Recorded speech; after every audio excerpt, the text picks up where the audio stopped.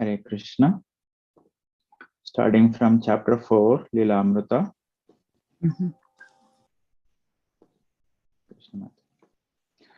Om Ajnanatimirandasya Jnananjana Salakaya Chakshur Unmilitamena Tasmai Shri Gurave Namaha Shri Chaitanya Manobhistam Stapitam Ena Bhutale Swayam Rupa Kadamahiyam Dadati Swapadantikam Namavam Vishnupadaya Krishna Prestaya Bhutale Srimate Bhaktivedanta Swami Nitinamine Namaste Saraswate Devi Gauravani Pracharine Nirvisesha Sunyavadi Paschatya Desatarine Jaya Sri Krishna Chaitanya Prabhu Nityananda Shri Advaita Gadadara Shivasadi Gaura Bhaktarunda Hare Krishna Krishna Krishna Hare Hare Hare Rama Rama Rama Hare Hare.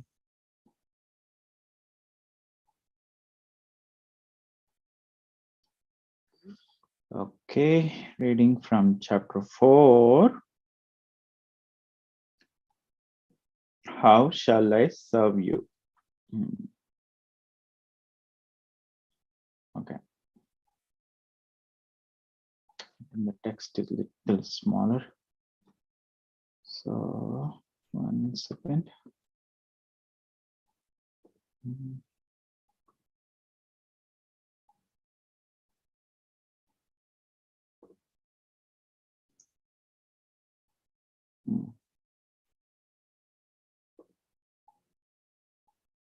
Okay. How shall I serve you? I have every hope that you can turn yourself into a very good English preacher.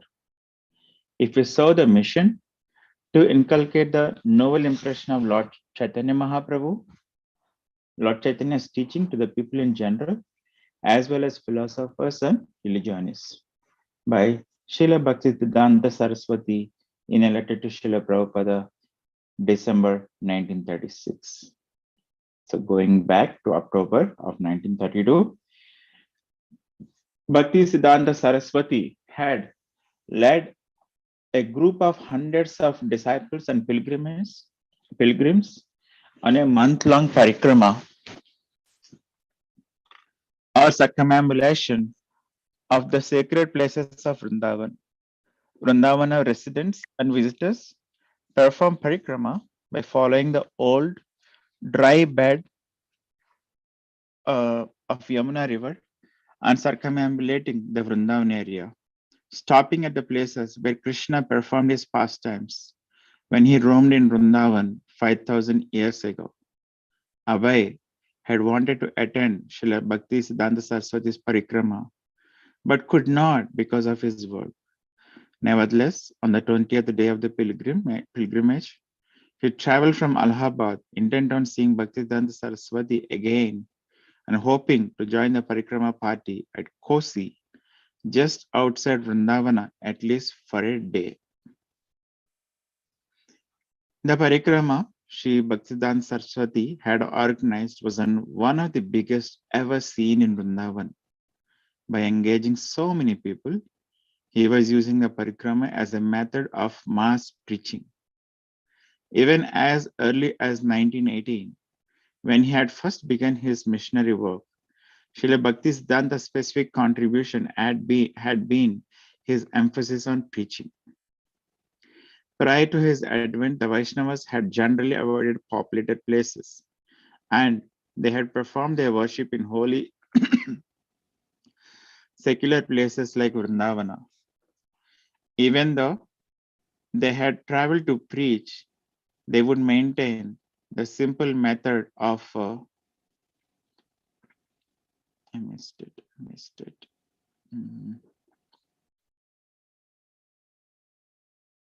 simple method of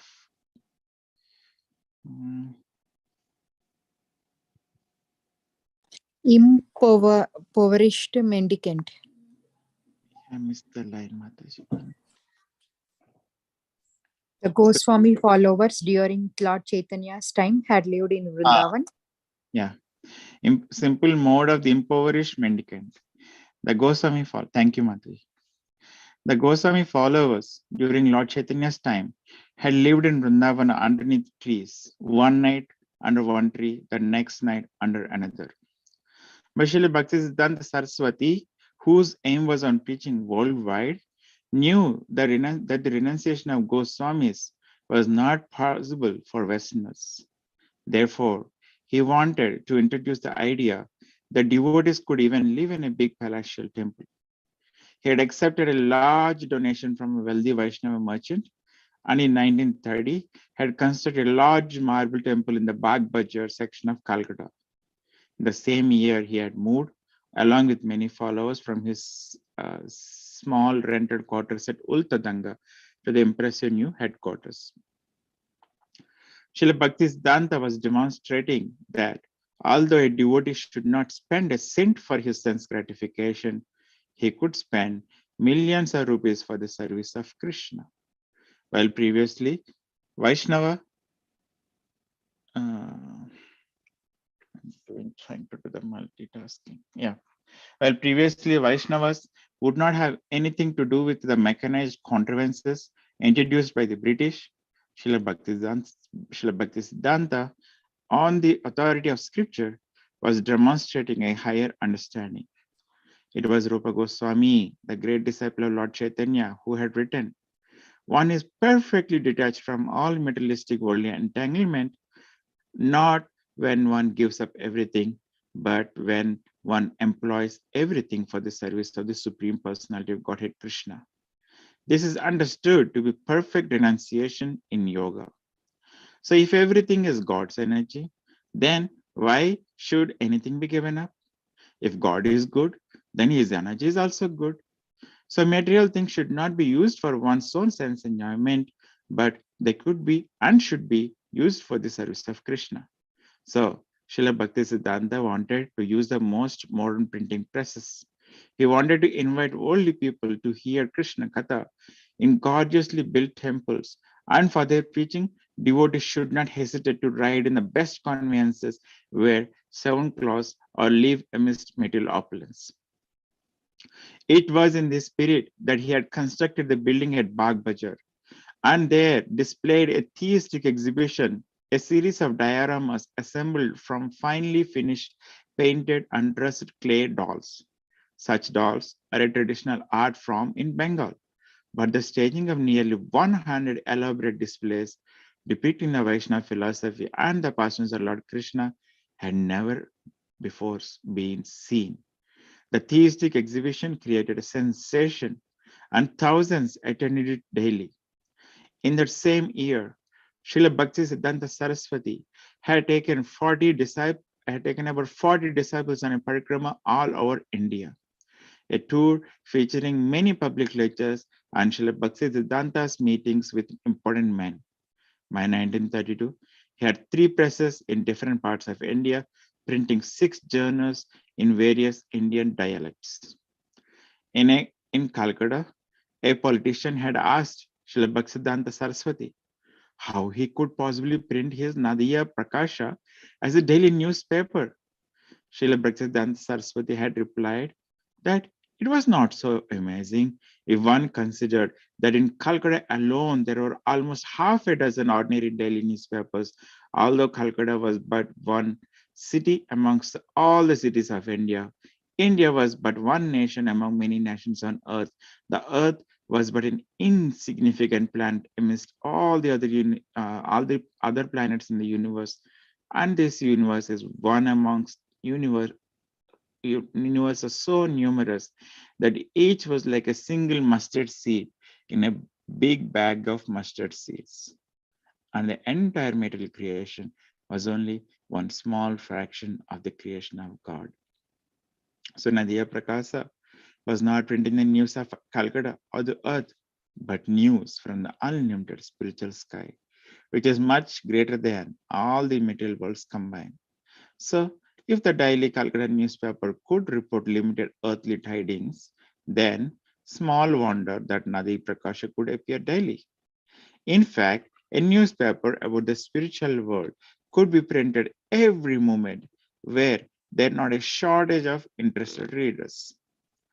One of Srila Bhakti Siddhanta's publications was in English, The Harmonist, and it advertised the Vrindavana Parikrama of 1932, so which says, Circumambulation of Sri Brajamandal.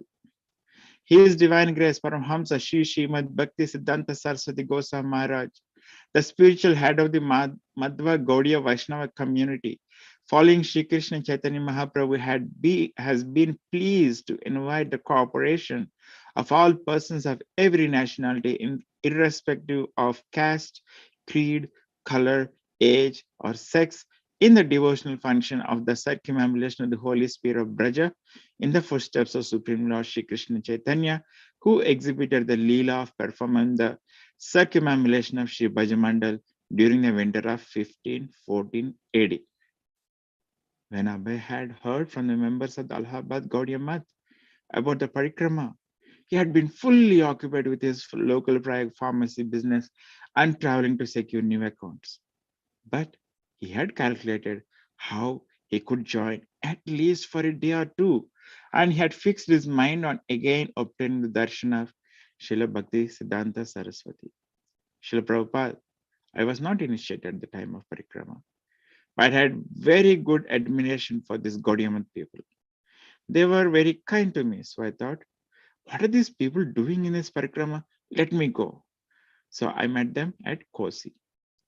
So the parikrama party traveled with efficient organization. An advanced group bringing all the bedding and tents would go ahead to the next day's location where they would make a camp and set up the kitchen. Meanwhile, the main party bearing the deity of Lord Chaitanya Mahaprabhu and accompanied by Kirtana singers would visit the places of Lord Krishna's pastimes and in the evening arrive in camp. The camp was divided into sections and arranged in a semicircle, and pilgrims were assigned to a particular section for the night. In the center were the quarters of Srila Bhakti Siddhanta and the deity of Lord Chaitanya, and close by the tents of sannyasis. There were separate camps for ladies and men. Married couples did not stay together. There was also a volunteer corps of guards who stayed up all night patrolling the area. At night, the camp, with its hundreds of tents with gas lights and campfires, resembled a small town, and local people would come to see, astonished at the arrangements. In the evening, everyone would gather to hear a discourse by Srila Bhakti Siddhanta Saraswati. So the pilgrims would rise early each morning and chant Hare Krishna together. Then, carrying the deity of Lord Chaitanya, they would set out in procession, Kirtana groups, the police band, lead horse, flag bearers, and the pilgrims. So they traveled to the holy places, such as birthplace of Lord Krishna, the place where Lord Krishna slew Kamsa, Adi Keshava temple, Radhakund, Shamkund, and many others. Srila Bhaktisiddhanta Saraswati's massive pilgrimage had been rolling on with great success when he met with serious opposition. So the local temple proprietors in Vrindavana objected to Srila Bhaktisiddhanta's awarding the sacred Brahminical thread to devotees not born in the family of the Brahmanas. Srila Bhaktisiddhanta, throughout his lectures and writings, had repeatedly proven from the Vedic scriptures that one is a Brahmana not by birth but by qualities. He often cited a verse from Sanatana Goswami's Haribhakta Vilasa, stating that just as a base metal, when mixed with mercury, can become gold, so an ordinary man can become a Brahmana if initiated by a bona fide spiritual master. He also often cited a verse from Srimad Bhagavatam in which the great sage Narada tells King Yudhishthira that if one is born in the family of a Shudra but acts as a Brahmana, he has to be accepted as a Brahmana. And if one is born in the family of a Brahmana but acts as a Sudra, he is to be considered a Sudra. Because the prime method of spiritual advancement in the age of Kali is the chanting of the holy name of God, any person who chants the Hare Krishna should be recognized as a saintly person. So when the local Pandits approached Srila Bhaktisiddhanta Saraswati for discussion, they questioned his leniency in giving initiation and is awarding the Brahminical thread and sannyasi dress to persons of lower caste. So because of Bhakti Siddhanta Saraswati's scholarly, forceful presentation, the Panditas seemed satisfied by the discussion. But when the Parikrama party arrived at Vrindavana's 7 main temples, which had been erected by the immediate followers of Lord Chaitanya, the party found the doors closed. Vrindavana shopkeepers closed their business, and some people even threw stones at the passing pilgrimages. But the Parikrama party, led by Bhakti Siddhanta Saraswati, continued in good spirits despite the animosity. And on October 28, the party arrived at Kosi, the site of the treasure of Krishna's father, King Nanda. Abhay arrived in Mathura by train from Allahabad and approached Kosi by rickshaw. The countryside was full of charm for Abhay. Instead of factories and large buildings, they were mostly forests. And aside from the main pavement road on which he traveled, there were only dirt roads and soft sand lanes. As a Vaishnava, Abhay felt sensation an ordinary man would not. Now and then, he sighted a peak. One second, let me note it down. As a Vaishnava, Abhay felt sensation as an ordinary man would not. Now and then he sighted peacocks in the field, its exalted plumage proclaiming the glories of Vrindavan and Krishna. Even a non-devout, however, could appreciate the many varieties of birds, their very interesting cries and songs filling the air. Occasionally, a tree would be filled with madly chirping sparrows, making their urgent violent clamor before resting for the night. Even one unaware of the special significance of Vrindavana could feel a relief of mind in this simple countryside where people built fires from cow manure fuel and cooked evening meals in the open. Their fires adding rich natural smells to the indefinable mixture, which was the order of the earth.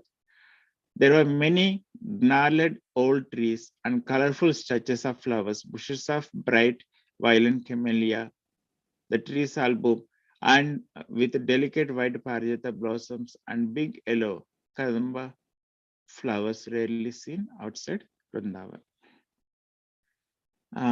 So basically what's going on is Abhay or Srila Prabhupada has settled down in Allahabad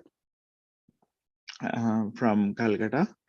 He moved from Calcutta to Allahabad. He settled down with his family, with his father, with his children, and then even sisters, and so on.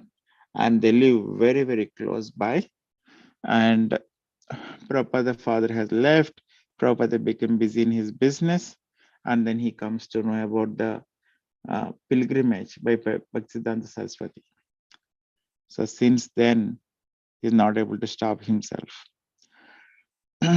So the disciples of Bhaktisiddhanta Saraswati, who was trying to set up a center in Allahabad, so the Srila Prabhupada took help of them and finally reaches to Vrindavana. Not yet, actually. So we're on the way. So far, only covered the roads. Priyanka Mataji, in a position to read? Yes, Prabhuji, I will read now. On the road, there was lively horse-drawn Tanga traffic. The month of Kartika, October, November, was one of the several times of the year that drew many pilgrims to Vrindavana. The one-horse Tangas carried large families, some coming from hundreds of miles away. Larger bands of pilgrims, grouped by village, walked together. The women dressed in bright colored saris, brown skinned men and women sometimes singing bhajanas, carrying but a few simple possessions as they headed for the town of thousands of temples, Vrindavana, and there were businessmen like Abhay, dressed more formally, coming from a city, maybe to spend the weekend.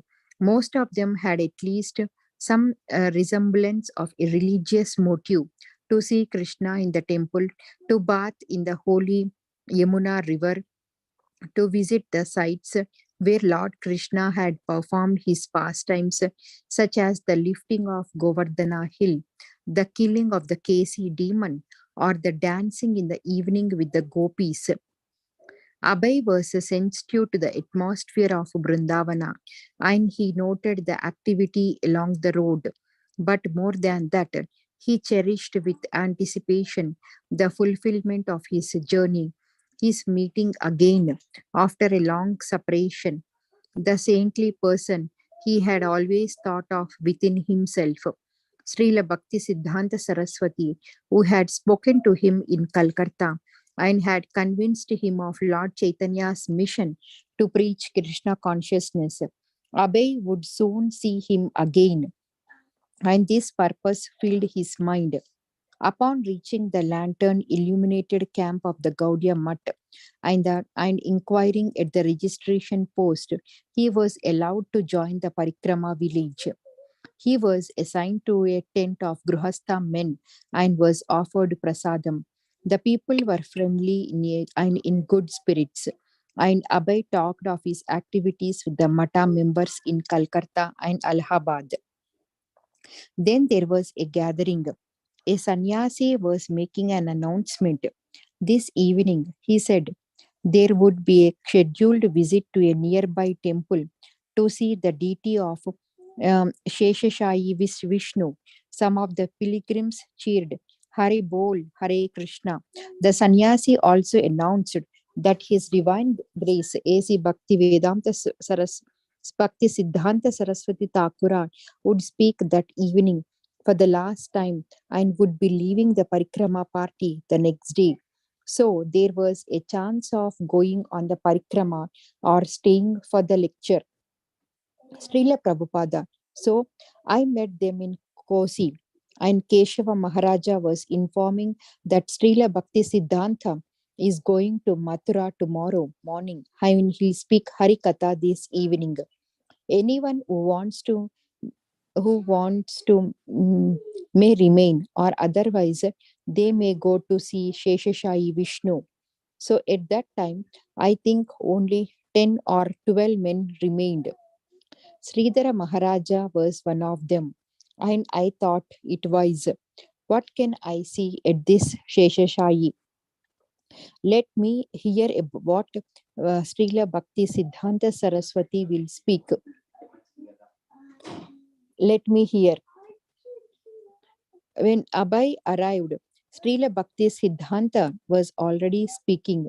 He sat with his back erect, a shawl around his shoulders, not speaking like a professional lecturer, giving a scheduled performance, but addressing a small gathering in his room.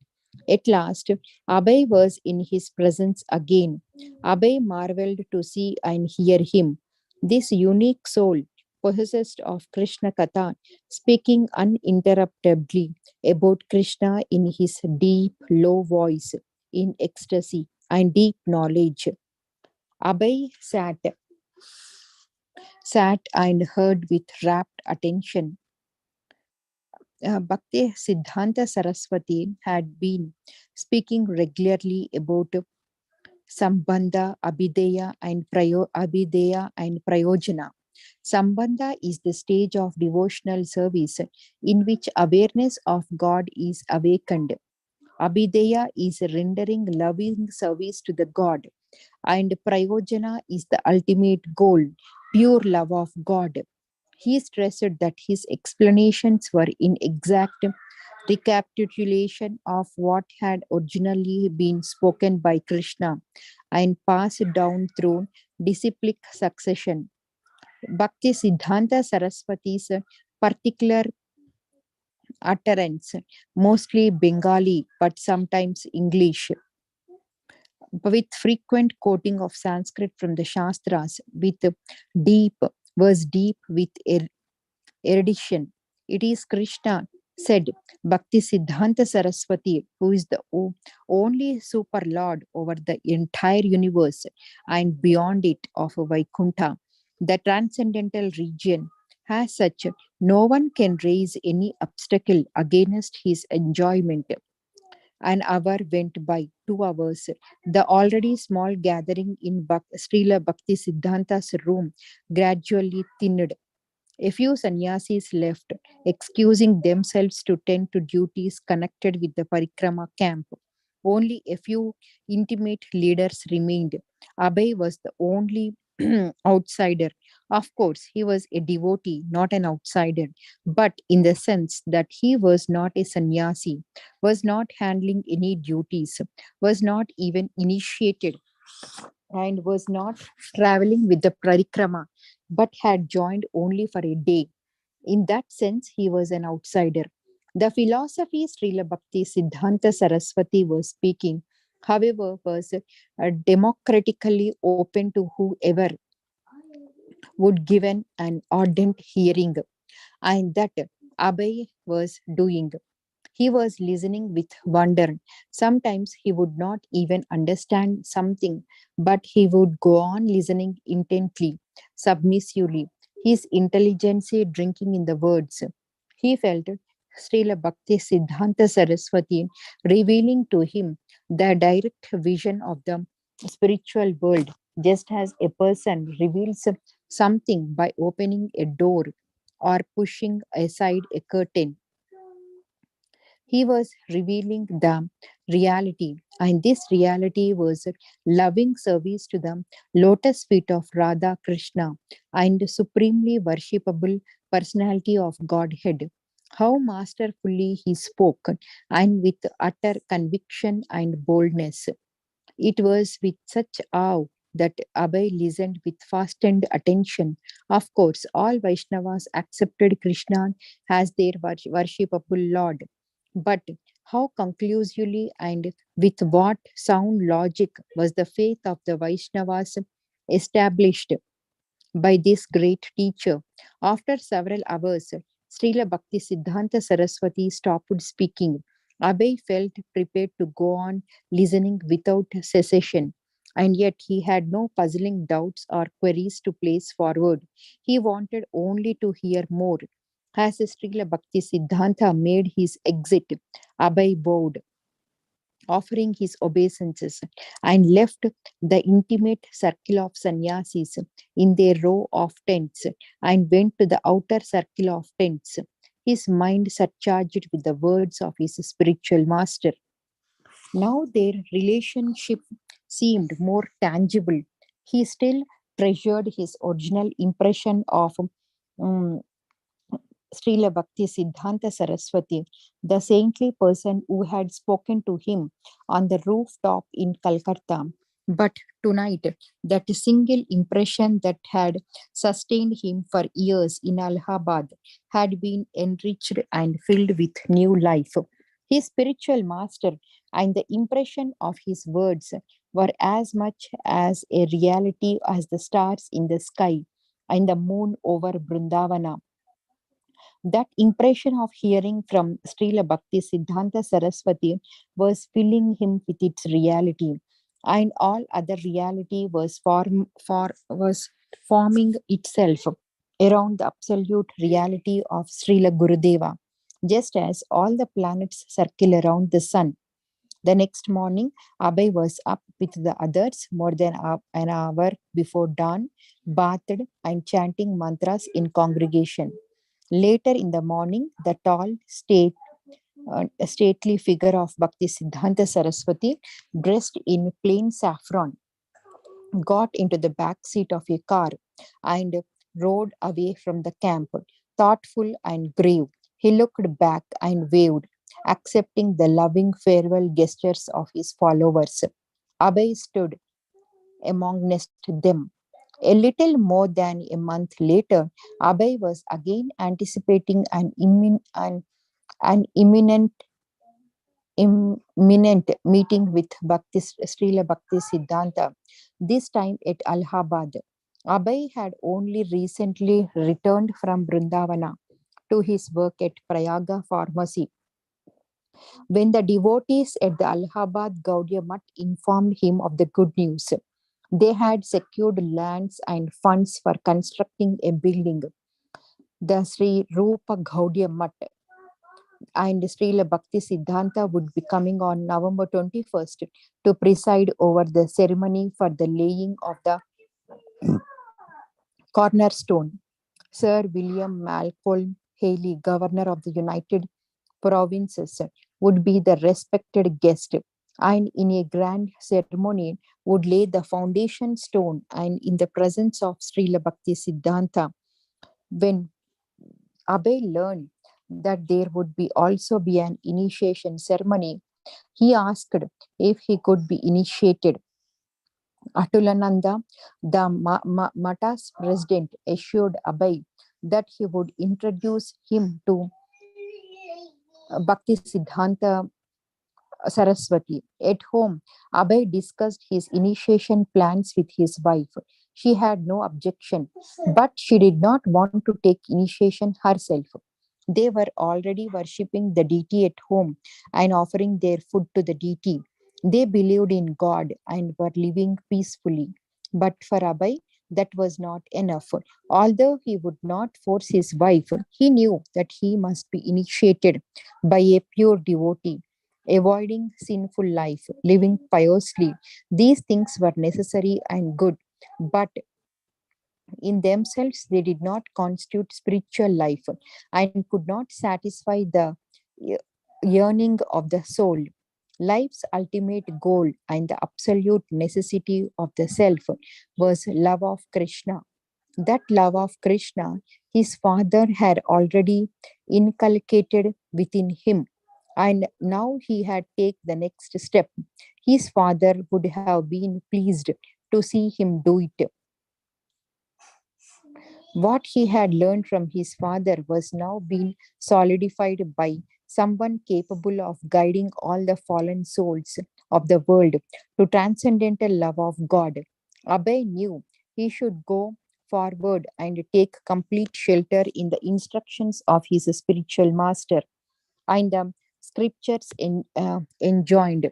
He who is desirous of knowing the absolute truth must take shelter of a spiritual master who is in disciplic succession and who is fixed in Krishna consciousness. Even Lord Chaitanya, who was Krishna himself, had accepted a spiritual master, and only after initiation did he manifest the full symptoms of ecstatic love of Krishna while chanting the holy name. As for the ritual initiation he had received at age 12 from a family priest, Abhay had never taken it very seriously. Ritual initiation he had taken at age 12 from a family priest. Abhay had never taken it very seriously. It had been a religious formality, but a guru was not a mere officiating ritualistic priest. So Abhay had rejected the idea that he already had a guru. He had never received instructions from him in bhakti, and his family guru had not linked him through disciplic succession with Krishna, but by taking initiation from Bhakti Siddhanta Saraswati, he would be linked with Krishna.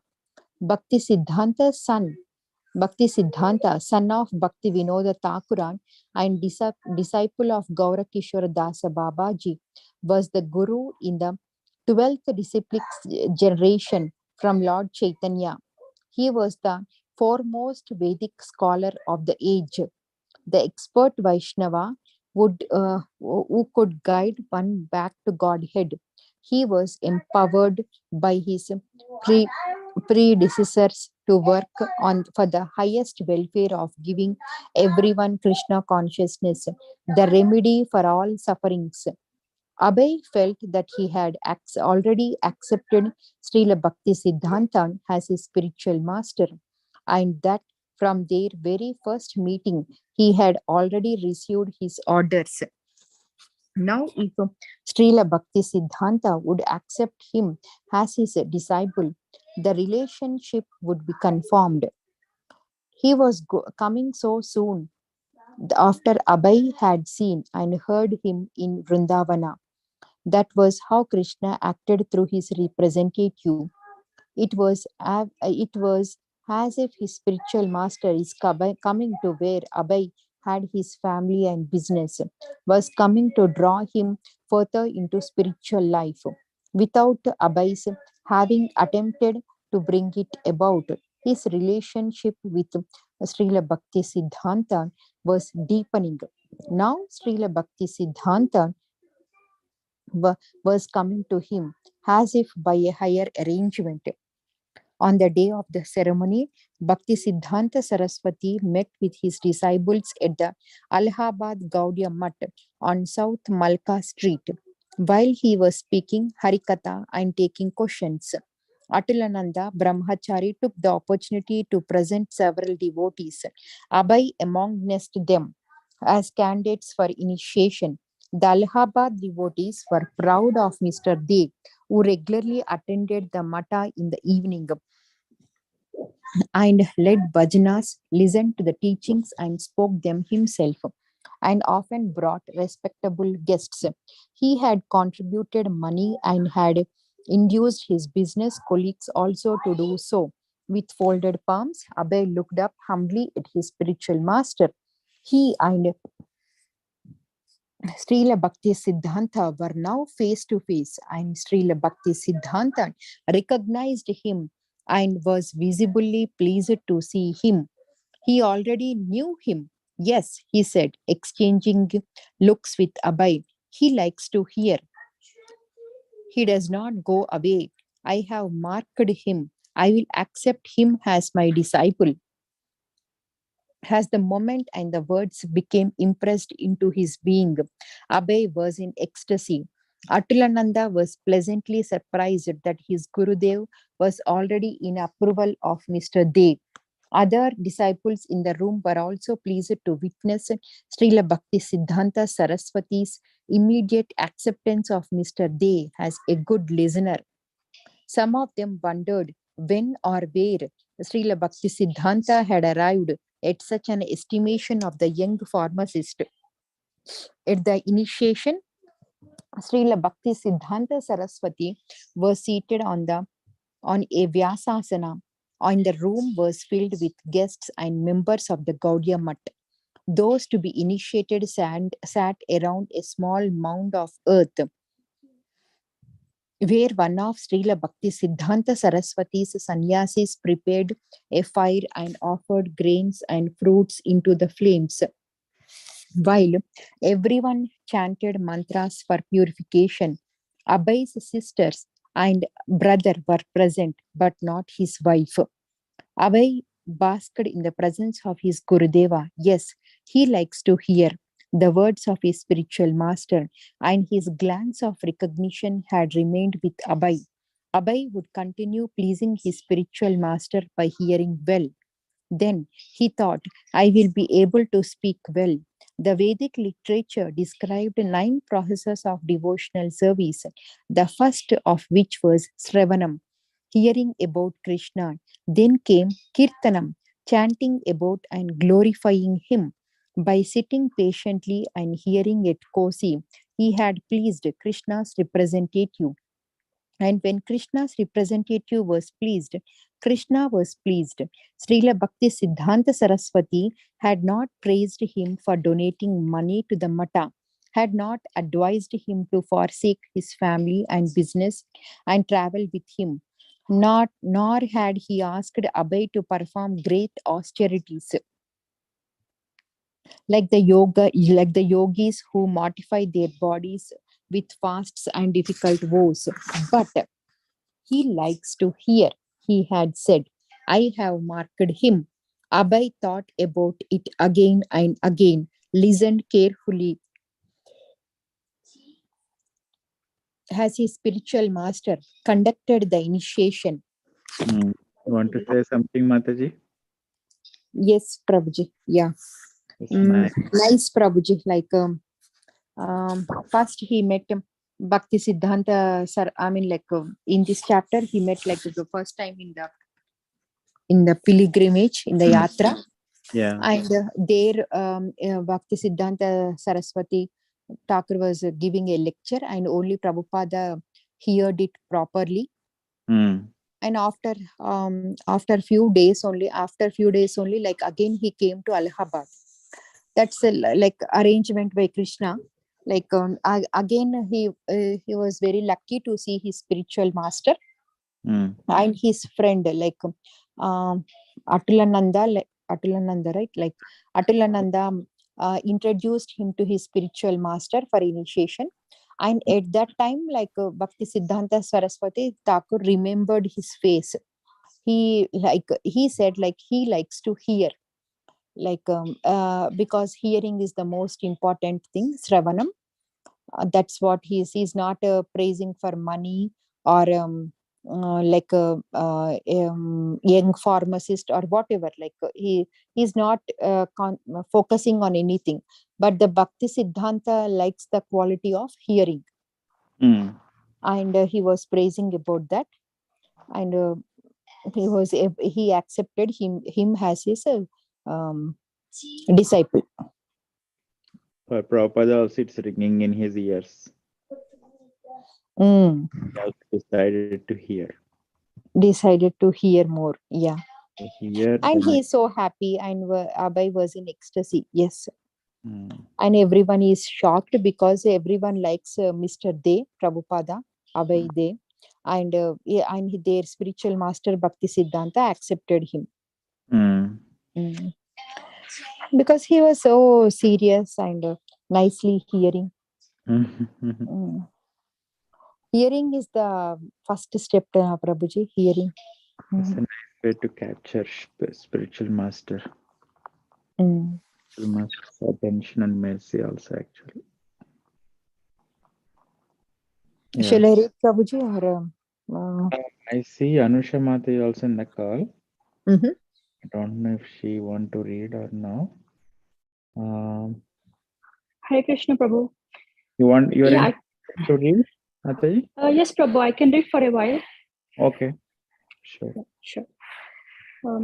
Finally, Srila Bhakti Siddhanta called for Abhay to come forward and receive the Harinama initiation by accepting his beads. After offering prostrated obeisances, Abhay extended his right hand and accepted the strand of japa beads from the hand of his spiritual master. At the same time, he also received the sacred Brahmanical thread signifying second initiation. Usually, Srila Bhakti Siddhanta gave the first initiation Harinama, and only after some time, when he was satisfied with the progress of the disciple, would he give the second initiation. But he offered Abhay both initiations at the same time. Now Abhay was a full-fledged disciple, a Brahmana, who could perform sacrifices such as this fire yajna for initiation. He could worship the deity in the temple and would be expected to discourse widely. Srila Bhakti Siddhanta added Aravinda, lotus, to his name. Now he was Abhay Charana Aravinda. Mm. After Srila Bhakti Siddhanta Saraswati left Allahabad for Calcutta, Abhay keenly felt the responsibility of working on behalf of his spiritual master.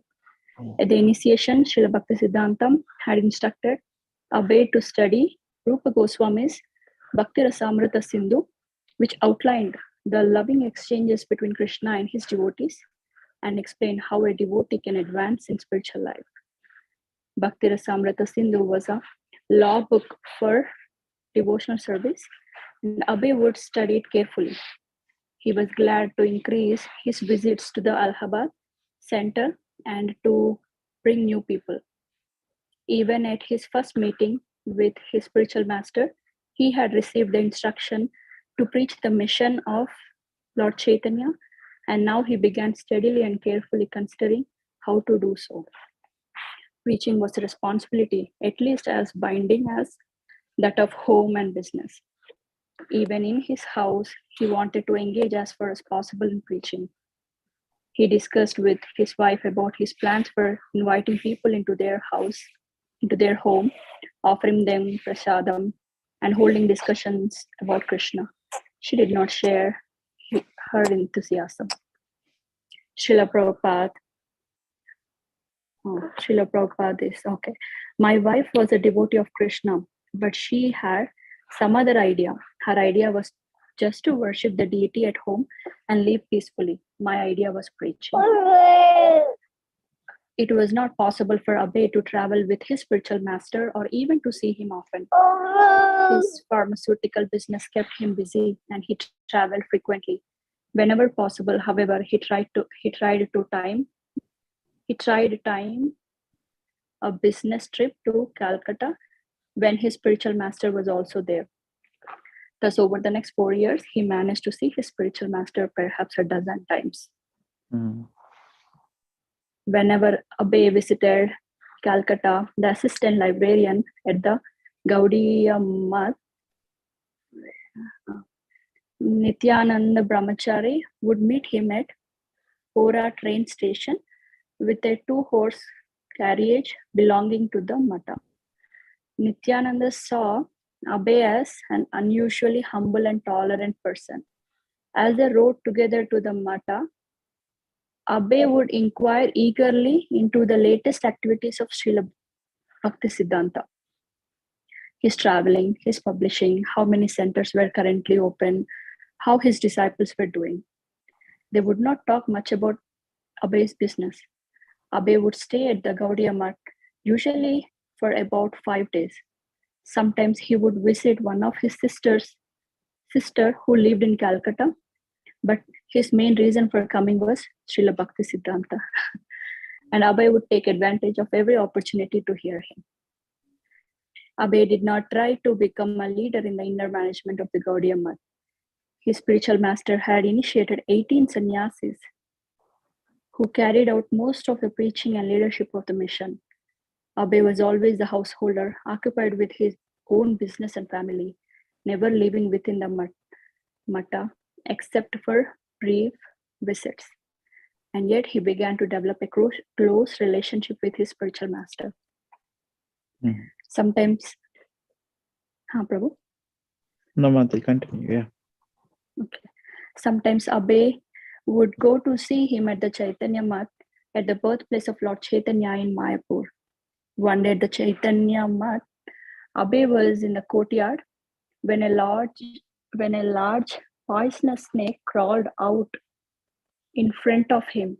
Abhay called out for his godbrothers, but when they came, everyone simply stood looking, uncertain what to do. Srila Bhaktisiddhanta came out on the veranda of the 2nd floor, glanced down, saw the snake, and immediately ordered, "Kill it." A boy then took a large stick and killed the snake. Srila Prabhupada. So I thought, how is that Guru Maharaj ordered the snake to be killed? I was a little surprised, but later on I saw this verse and then I was very glad. Modeta Shadur Api Vrichika Sarpa Hatya. Even saintly persons take pleasure in the killing of a scorpion or a snake. It had remained a doubt how Guru Maharaj ordered the snake to be killed. But when I read this verse, I was very much pleased that this creature or creatures like the snake should not be shown any mercy. Srila Bhaktisiddhanta was reputed to be so austere and so strong in argument against other philosophies that even his own disciples were cautious in approaching him if he were sitting alone or if they had no specific business with him. Yet, even though Abhay's contact with him was quite limited, Srila Bhaktisiddhanta would always treat him kindly. Srila Prabhupada, when I met my Guru Maharaj, he would always treat me very affectionately. Sometimes my godbrothers would criticize because I would talk a little freely with him, and they would quote this English saying, "Fools rush in where angels fear to tread." But I would think, fool? Well, maybe, but that is the way I am. My Guru Maharaj was always very, very affectionate to me. When I offered obeisances, he used to return, Dasos me, I am your servant. Sometimes as Bhakti Siddhanta paced back and forth, chanting the Hare Krishna mantra aloud, while fingering his beads, Abhay would enter the room and also chant, walking alongside his spiritual master. Once when Abhay entered Srila Bhakti Siddhanta's room, his spiritual master was sitting on a couch, and Abhay took his seat beside him on an equal level. But then he noticed that all the other disciples in the room were sitting on a lower level at their spiritual master's feet. Abhay kept his seat. Srila Bhakti Siddhanta Saraswati said nothing of it. But Abhay never again sat on an equal level with his spiritual master. Once in a room with many disciples, Srila Bhakti Siddhanta Saraswati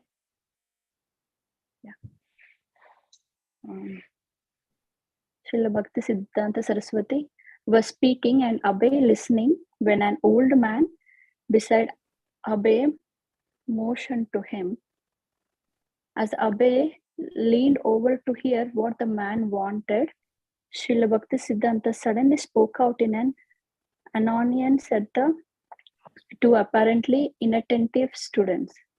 Babu, he first addressed the old man beside Abhay. Do you think you have purchased me with your 150 rupees per month donation? And then turning to Abhay, why don't you come up here and speak instead of me? Abhay was outwardly mortified, yet he treasured the rebuke. It was in a private meeting that Srila Bhakti Siddhanta once told Abhay of the risk he took by preaching so boldly. It was in a private meeting. Oh, Srila Prabhupada, my Guru Maharaj's contribution is that he defeated the caste Goswamis. He defeated this Brahmanism. He did it the same way as Chaitanya Mahaprabhu did. As Chaitanya Mahaprabhu said, Kiba Vipra, Kiba Nyasi, Shudra Kene Naya, Ye Krishna Tattva Vetta, Se Guru Haya. There is no consideration whether one is a sannyasi, a brahmana, a shudra, or a grihastha. No, anyone who knows the science of Krishna, he is all right. He is Goswami and he is brahmana. But no one else taught that since Lord Chaitanya. This was my Guru Maharaj's contribution. And for this reason, he had to face so many vehement protests from these Brahmana caste Goswamis. Okay. Once they conspired to kill him. My Guru Maharaj told me personally, by his grace, when we used to meet alone, he used to talk about so many things. He was so kind that he used to talk with me. And he personally told me that these people, they wanted to kill me. They collected 25,000 rupees and went to bribe the police officer in charge of the area, saying, you take this 25,000 rupees. We shall do something against Bhakti Siddhanta Saraswati and you don't take any steps. He could understand that they wanted to kill him. So the police officer frankly came to Bhakti Siddhanta Saraswati. Of course, we accept bribes and we indulge in such things, but not for a sadhu, not for a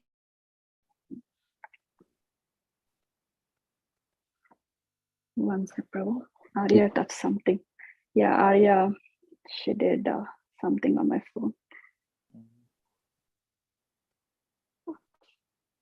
I highlighted with the thing. Okay, sorry, Prabhu. Sorry. Of course, we accept bribes and we indulge in such things, but not for a sadhu, not for a saintly person. I cannot dare. So the police officer refused and said to my Guru Maharaj, you take care. This is the position. So vehemently they protested. Oh. But he liked boldness in his disciples. Abhay heard of an occasion when one of Srila Bhakti Siddhanta Saraswati's disciples had been very outspoken at a public meeting and had denounced a highly regarded Mayavadi monk as a foolish priest. The remark had caused a disruption at the meeting, and some of the disciples reported the incident to Srila Bhaktisiddhanta, thinking he would be displeased that his disciples had caused a disturbance. But Srila Bhaktisiddhanta was pleased and remarked, "He has done well." His displeasure occurred rather when he heard of someone's compromise. Srila Prabhupada. When my Guru Maharaj was present, even big scholars were afraid to talk with even his beginning students. My Guru Maharaj was called even encyclopedia. He could talk with anyone on any subject. He was so learned and no compromise. So-called saints, avatars, yogis, everyone who was false was an enemy to my Guru Maharaj. He never compromised. Some God brothers complained that his preaching was a chopping technique and it would not be successful. But those who criticized him fell down. Srila Bhaktisiddhanta was known as the Simha, Lion Guru. On occasion, when he saw someone he knew to be a proponent of impersonalism, he could call that person over and challenge. Why are you cheating the people with Mayavadi philosophy? He would often tell his disciples not to compromise. Why should you go flatter? He would say, you should speak the plain truth without any flattery. Money will come anyway. Whenever Srila Bhaktisiddhanta wrote or spoke the Vaishnava philosophy, he was uncompromising. The conclusion was according to the Shastra and the logic strong. But sometimes Abhay would hear his spiritual master express the eternal teachings in a unique way that Abhay knew he would never forget. Don't try to see God, but Srila Bhaktisiddhanta would say, but act in such a way that God sees you. Srila Bhaktisiddhanta condemned temple proprietors who made a business of showing the deity for a living. To be a sweeper in the street was more honorable, he said. He coined a Bengali phrase, Shalagram Dwara Padam Banga. The priests are taking the Shalagram deity as a stone for cracking nuts. In other words, if a person shows the Shalagram Grama form of the Lord or any form of the deity simply with a view to make money, then he is seeing the deity not as the Lord but as a stone, a means for earning his livelihood. Abhay had the opportunity to see his spiritual master deal with the nationalist Subhash Chandra Bose, who had been Abhay's schoolmate at Scottish Church College. Bose had come in a somewhat critical mode, concerned about Srila Bhaktisiddhanta's recruiting young men into religious life. Srila Prabhupada quoting, Subhash Chandra Bose came to my Guru Maharaj and said, so many people you have captured, they are doing nothing for nationalism. My Guru Maharaj replied, well, for your national propaganda, you require a very strong man. But these people are very weak. You can see they are very skinny. So don't put your glance upon them. Let them eat something and chant Hare Krishna. In this way, he avoided him. Srila Bhaktisiddhanta used to say that when the day came when High Court judges were devotees of Krishna with Vaishnava tilak on their foreheads, then he would know that the mission of spreading Krishna consciousness was becoming successful. Want to say some experience, Madhuri? Yes, Prabhu. So Prabhupada, he is nicely talking about his spiritual master, Srila Bhaktisiddhanta Saraswati, how he was facing or how bold he was in talking about the truth, not like kind of flattering on everything. There are so many things.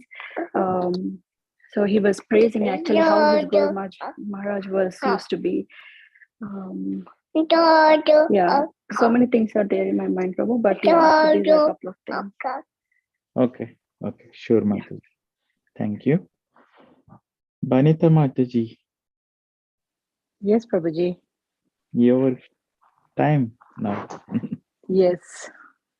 Prabhuji, well, she stopped it here, right? It Srila- means for earning his livelihood, right? Abe had the opportunity to see his spiritual master deal with the nationalist, yeah, correct?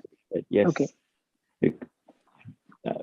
Abe had the opportunity to see his spiritual master deal with the nationalist Subhash Chandra Bose, who had been Abe's schoolmate at Scottish Church College. Bose had come in a somewhat critical mood, concerned about Srila Bhaktivedanta recruiting young men in religious life. Srila Prabhupada's Subhash Chandra Bose came to my Guru Maharaj and said, "So many people you have captured, they are doing nothing of nationalism."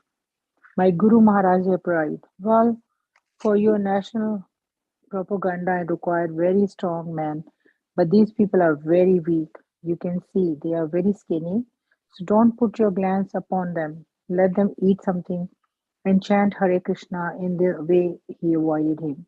Srila Bhaktivedanta used to say that when the day came we when High Court judges were devotee of Krishna with Vaishnava tilak on their forehead, then he would know that the mission of spreading Krishna consciousness was becoming successful. He said that Jesus Christ was a Sakya, Satyaved. Sakya, Sakyaved Avatara, an empowered incarnation of God. How can it be otherwise? He said, he sacrificed everything for God. In his scholarly language, he declared, the materialistic demoner cannot possibly stretch off the transcendental autocrat. But sometimes in speech, he frays into the more down to earth way. The mundane scholars who are trying to understand the supreme lord of their senses and the mental spectacular are like a person trying to taste the honey in a bottle of licking the outside the bottle. Philosophy without religion, he said, is drawing speculation, and religion without philosophy is sentiment and sometimes fantastism. Fanaticism. Shil, fanat, fanaticism. Srila Bhaktivedanta said that he, the whole world was simply a society of cheaters and cheated. He gave the example that Lucy's women often visit certain holy places in India with the idea of seducing the sadhus, thinking that to have a child by a sadhu is prestigious, and the immoral men dress themselves as sadhus, hoping to be seduced by the cheating woman. In conclusion, a person should aspire to leave the material world and go back to Godhead because the material world is not a fit place for a gentleman.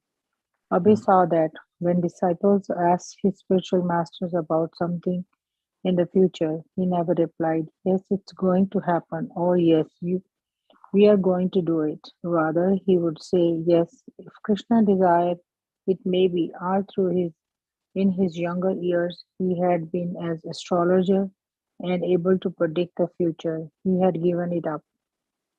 Srila Bhaktivedanta was a lifetime brahmachari and was very strict about avoiding association with women. Once Abhay was sitting with the spiritual master when another disciple was present along with his young wife. The wife asked Srila Bhaktivedanta if she might speak with him privately, but he replied no. "Whatever it is, you can ask her. I cannot see you in private." Abhay was impressed by this. Since Srila Bhaktivedanta was in his 60s and the girl could have been his Granddaughter. granddaughter, sorry. Regardless, he would not speak with any woman alone. Srila Bhaktivedanta's like to make his Siddhanta Mataji, right? You were saying Siddhanta, right? Not Bhaktivedanta. right.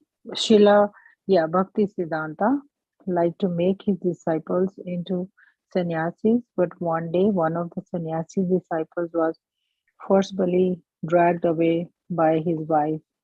In tears, Srila Bhaktivedanta lamented that he was unable to save that soul, yet he did not speak disparagingly of Krishna consciousness family life.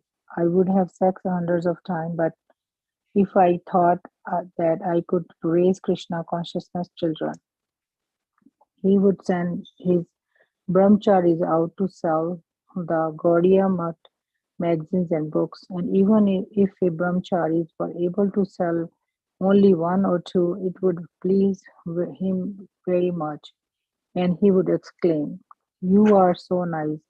In considering whether essays were worthy for publication, he would he would count how many times the word Krishna or Chaitanya had been used. If these holy names had been quoted sufficiently, he would say, "That's all right, this can be used." He would say in Bengali, Pranacha ya se hetu prachar. A person must have life to be a preacher. A dead man cannot preach. When some of his preachers who had gone to chant and speak reported that no one had attended their meeting, Srila Bhaktivedanta replied, "That does not matter. The four walls will hear you. This is a sufficient. Don't be disappointed. Go on chanting." And in commenting on the fact that some of his disciples had fallen away, "Some of the soldiers will die," he said, but he did not want his disciples to lead any easygoing life. He once criticized the disciples as being ease-loving, nor should the attempting to practice austerities in seclusion. He would sing a song of his own composition, "Mana tumi kisar Vaishnava." My dear mind, what kind of Vaishnava are you? You are chanting Hare Krishna in a solitary place, imitating the great saints, Haridasas, Thakura, and Rupa Goswami, but your meditation is actually to think of a woman and money. Your mind is filled with such dirty things, so your bhajans is simply cheating. He taught that if a devotee gave up his preaching in the city in favor of solitary meditation, that was a method of cheating by imitating the great saints in hopes of getting cheap adoration from others. Therefore, Srila Bhaktivedantas never liked to open a branch of the Gaudiya math in a place that he was not very much populated. Prabhuji, can you please continue? I'm going to Yeah, come back. I need to go for 10 minutes. sure, Mataji. Anyone else wants to take on? I can, Prabhu. Which chapter is this? It's in the 4th chapter, How Shall I Serve You? Okay. Uh, the line we are is, Abhay went on listening to his spiritual master at every opportunity, but rarely did Abhay put a philosophical inquiry before him. He preferred simply to listen. Right. Is anybody reading from the book? And they say which page? Mataji, page 90 from the book. 90. Yes, please. I'm sorry. Okay. Thank you. So Abhay, Srila Abhay went on listening. Is it?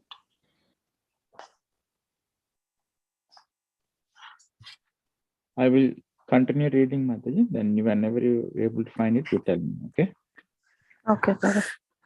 Srila Prabhupada, I never asked my spiritual master a question except one. Wow, how shall I serve you? This is the only question he asked. Huh? Abhay Charandai became prominent in the pharmaceutical business. He worked well for Bose's laboratory, and other companies wanted him as their agent. He had hopes of becoming rich. Srila Prabhupada, my Guru Maharaj ordered me to do this. But I thought, let me first of all become a rich man, then I shall do. In the beginning, I was thinking, now My good God brothers have taken sannyasa. They're begging from door to door. Why shall I beg? Let me earn money and start Krishna consciousness. The biggest pharmaceutical company in India, Bengal Chemical, made him an offer. But when they did not fulfill all his conditions, he turned them down, though later he regretted it. Still, there were good signs. So the astrologer had predicted he could become one of the India's richest men, and Dr. Karthik Bose had told his father-in-law he is a very intelligent man. But there were also other signs. As many accounts as he had secured by his wide travels, there were also that many bills to collect. Many of the accounts began to fall behind in their payments, and the accumulated debt began to grow until he owed Bose's laboratory a total of 10,000 rupees. And Abhay had enemies. The manager who had taken over Abhay's old position as office manager with the Bose laboratory in Calcutta tried to turn Dr. Bose against Abhay, insinuating that he was too independent, that uh, they had heard of his negotiating with Bengal Chemical, and the new manager attributed the accumulating debt to Abhay's lack of loyalty to the Home Office. Karthik Bose remained favorably inclined towards Abhay, but when the debt became a financial strain, he went to Allahabad to investigate. At Prayag Pharmacy, he spoke with Dr. Ghosh, who told him he's a very honest man. It is no fault of his. In good faith, he gave all these chemists drugs and credit, but he cannot realize the money. I All right. found it so whenever you want Yeah, to. you can go ahead, Mataji. Okay. All right, Dr. Bose said, but I can't go on giving him money.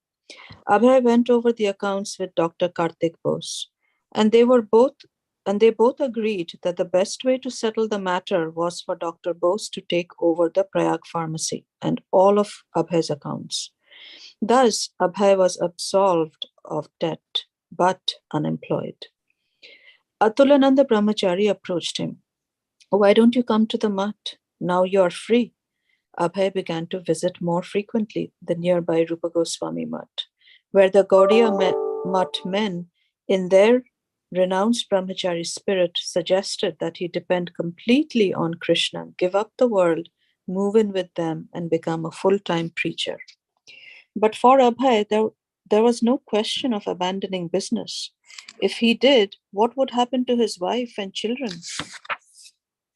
He and Radharani now had a third child, a son. So the financial responsibility was increasing.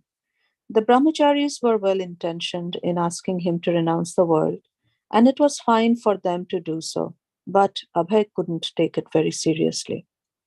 Without work, he was in a critical situation, but he remained confident and eager to take on new employment. There were other companies that would like to have him as their agent, and some of his old customers wanted him to service them, even if he weren't Bose's man. Abhay thought about starting his own pharmaceutical laboratory. Finally, he decided he would start his own factory, but in a much bigger city than Allahabad. He settled on Bombay.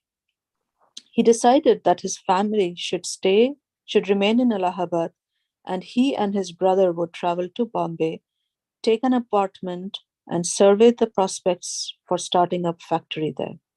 Although Radharani was used to her husband's traveling, it had never been so extended as this promised to be. Abhay talked with her, explaining that his recent business loss had been the arrangement of Krishna. Now again, to provide for his family, he would have to start a large business, and that could best be done in a major city like Bombay. But family life in Allahabad would be temporarily disrupted. He set up a very small pharmaceutical manufacturing operation there in Allahabad, put his nephew Tulasi in charge, and left for Bombay with his brother. In Bombay, Abhay rented an apartment on Grant Road, and applying the knowledge he had gained as manager of Bose's laboratory, started his own pharmaceutical factory. Business was going well when a large company, Smith Institute, wanted him as their sales agent. Abhay took the job. thinking that he could earn money as Smith's representative while at the same time developing his own business. He was confident of his ability to earn money in the pharmaceutical line. While traveling around Bombay on business, Abhay met some members of the Gaudiya Math, Bhakti Rakshaka Sridhara Maharaj and Bhakti Saranga Goswami, senior sannyasi disciples of Bhakti Siddhanta Saraswati. Abhay recognized them as respected god brothers, well versed in the scriptures and Vaishnava philosophy. It seemed he was destined to find his god brothers wherever he went. Both he and the sannyasis regarded their apparently odd meeting in the city as auspicious. Like the members of the Gaudiya Math he had met in Allahabad, these preachers had no permanent center, but they were trying to start one. On behalf of Bhakti Siddhanta Saraswati, they were going door to door soliciting supporters for a Bombay branch of the Gaudiya Math. Abhay wanted to help. As a fellow god brother in the service of a spiritual master, he offered them his services. Although as sannyasis they were in superior position, in their somewhat helpless condition, they looked up to Abhay for help. They had been staying in a small place on Proctor Road and had found little opportunity to make important contacts. Now they formed a team. Abhay introducing the sannyasis to business acquaintances and the sannyasis taking donation for the new center. Abhay Charanaravinda was good at collecting funds and he willingly gave his time. Again, his god brothers began pulling at him to participate fully in the Gaudiya Math preaching.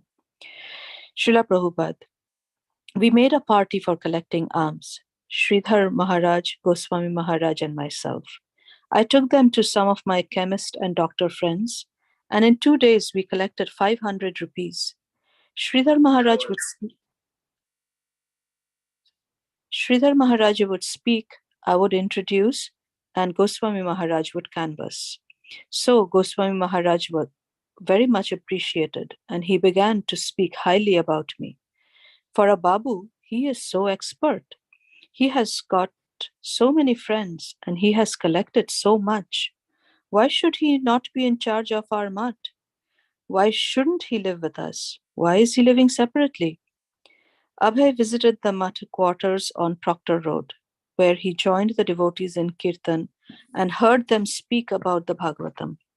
At the sannyasi's request, Abhay took on the responsibility of finding a more suitable place for the Bombay Center.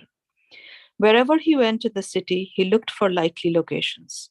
Just as he had responsibilities for his wife and family in Allahabad, by dint of his initiation, he was responsibly bound to assist his god brothers. He had to take part in the preaching, not simply struggle so that he might exist in the world of business competition. But he didn't think he could ever live like the sannyasis. No possessions, no business, sleeping on the bare floor, taking only simple meals. February 25, 1935. It was the 62nd birthday of Srila Bhakti Siddhanta Saraswati. At Jagannath Puri, where Srila Bhakti Siddhanta Saraswati was residing, the devotees observed the day with ceremony. At the small Bombay Center, the few disciples planned an evening observance and invited local people.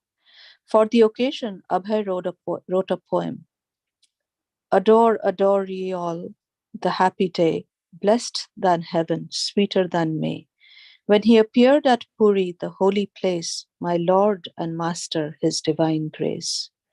O my Master, the evangelic angel, give us thy light, light up thy candle.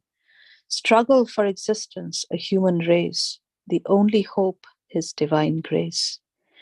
Misled we are, all going astray. Save us, Lord, our fervent pray. Wonder thy ways, to turn our face, adore thy feet, your divine grace. Forgotten Krishna, we fallen souls, paying most heavy the illusion's toll.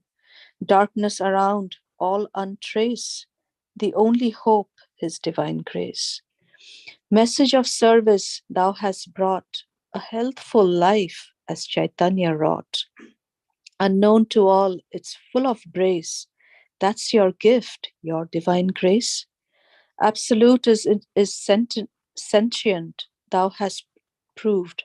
Impersonal calamity, thou hast moved. This gives us a life, a new and fresh. Worship thy feet, your divine grace. Had you not come, who had told the message of Krishna, forceful and bold? That's your right, you have the mace. Save me a fallen, your divine grace. The line of service as drawn by you is pleasing and healthy like morning dew. The oldest of all, but in new dress. Miracle done, your divine grace. Abhay Charandas. Abhay also composed a speech which he read before the assembled guests and members of the Gaudiya Math. Although his first language was Bengali, his English was clear and natural. Gentlemen, the offerings of such a homage as has been arranged this evening to the Acharya Deva is not a sectarian concern, because when we speak of the fundamental principle of Guru Deva or Acharya Deva, we speak of something that is of universal application. There does not rise any question of discriminating my Guru from that of yours or anyone else's. There is only one Guru who appears in an infinity of forms to teach you, me, and all others. The Guru or Acharya Deva, as we learn from the bona fide scriptures, delivers the message of the absolute world. I mean the transcendental abode of the absolute personality, where everything non-differentially serves the absolute truth. Like the poem, the speech was personal, but even more than the poem, it was authoritative, philosophical preaching. The God brothers were impressed to hear Abhay presenting the Vaishnava philosophy so expertly. How was it possible? Of course, it should not have come as a surprise. He had heard the Vaishnava philosophy from Srila Bhaktisiddhanta Saraswati, just like his God brothers. Why should he not be able to enunciate the teachings of his spiritual master? Having heard from him and having read Gita and Bhagavatam and Bhakti Rasamrita Sindhu, was he not a devotee in the parampara? But until now, no one knew he could preach in English so expertly. Therefore, if the absolute truth is one, about which we think there is no difference of opinion, the Guru also cannot be two. The Acharya Dev, to whom we have assembled tonight to offer our humble homage, is not the Guru of a sectarian institution or one out of many differing exponents of the truth. On the contrary, he is the Jagat Guru, or the Guru of all of us. The only difference is that some obey him wholeheartedly, while others do not obey him directly. The Guru of whom Abhay spoke, of course, was Srila Bhaktisiddhanta Saraswati, the representative of the original compiler of the scriptures, Vyasadeva. Abhay explained how Lord Krishna had delivered transcendental knowledge to Brahma, the creator of this particular universe. From Brahma, the knowledge had descended to Narada, from Narada to Vyasa, and from Vyasa to Madhva. Because Srila Bhaktisiddhanta was presenting the Vedic knowledge as it is, without an interpretation, in parampara, he was the bona fide Acharya who could enlighten others with the revealed knowledge of the Vedas. Abhay continued, Gentlemen, our knowledge is so poor, our senses are so imperfect, and our sources are so limited, that it is not possible for us to have even the slightest knowledge of the absolute region without surrendering ourselves at the lotus feet of Sri Vyasadeva, or his bona fide representative. This transcendental knowledge, Abhay explained, had been known in India for thousands of years, and this knowledge, although presently obscured, was India's real gift to the world. We must conclude that the darkness of the present age is not due to lack of material advancement, but that we have lost the clue to our spiritual advancement, which is the prime necessity of human life and the criteria of the highest type of civilization. Throwing of bombs from aeroplanes is no advancement of civilization from the primitive, uncivilized way of dropping big stones at the heads of the enemies from tops of the hills. Improvement of the art of killing our neighbors by inventing machine guns and by means of poisonous gases is certainly no advancement from primitive barbarism, priding itself on its art of killing by bows and arrows. Nor does the development of a sense of pampered selfishness prove anything more than intellectual animalism. Development of a sense of pampered selfishness prove anything more than intellectual animalism. Thus, while others were yet in the womb of historical oblivion, the sages of India had developed a different kind of civilization which enables us to know ourselves. They had discovered that we are not at all material entities, but that we are all spiritual, permanent, and non-destructible servants of the Absolute. The speech continued, describing the horrible consequences of a misspent human life, the sufferings of repeated birth and death. Again and again, Abhay stressed the need to surrender to the spiritual master. He criticized empirical, mundane philosophers, godless politicians, and blind sense gratifiers. He repeatedly pointed to the soul's natural and sublime position as the servant of God and as the servant of the pure devotee of God.